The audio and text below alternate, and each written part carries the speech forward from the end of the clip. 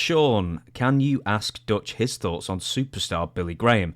Not sure if they ever got the chance to wrestle. He was one of my favourites as a kid. Unfortunately, he kind of turned into an outspoken ass in his later years. Thank you, Jen. Did he? Well, I think, well, maybe he did.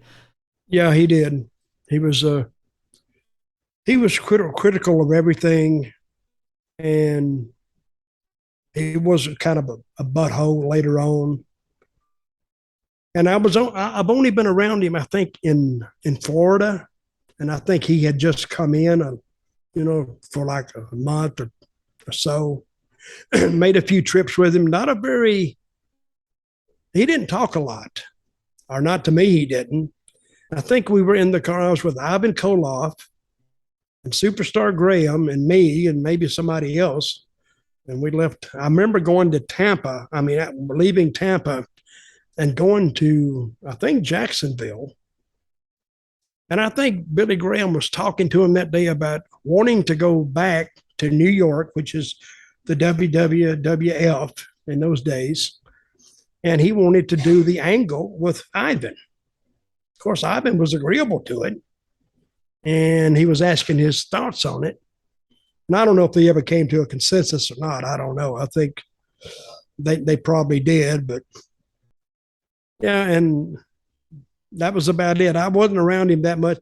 Later on, he got on all the talk shows talking about wrestling, talking about this, that, how Vince was this and this and this and this. And, you reach a point to where you don't want to hear it anymore.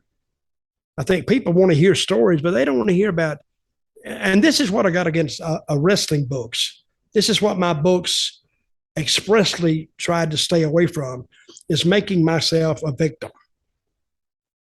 Bret Hart's book, I tried to read it, but everybody screwed Bret. He got that, Bret screwed Bret, like Vince said, but everybody, how this guy turned against him and this guy did this to him and this guy did that. And it's just a damn pity book. I think people don't read wrestling books to hear that. They can hear that enough without spending money on a book. So my books was the literary version of Tales from the Territories. That's the best way I can put it. I loved Bret's book. Apart from the ending, it's such a pity part but is at it, the end of it. But, yeah, that's what I'm saying. Yeah. But he's the victim, right? Yeah, I mean, yeah. I mean, he is. I mean, it's his book. He can frame it however he wants. But I mean, just the end of it's such a downer, and basically just like it just ends like his life is falling apart. And then a couple of years later, he makes up with his entire family, and everyone's happy again. And he's never sort of done a postscript to that book to say that life's actually better, which I think he should do. I think he should do like a volume 2.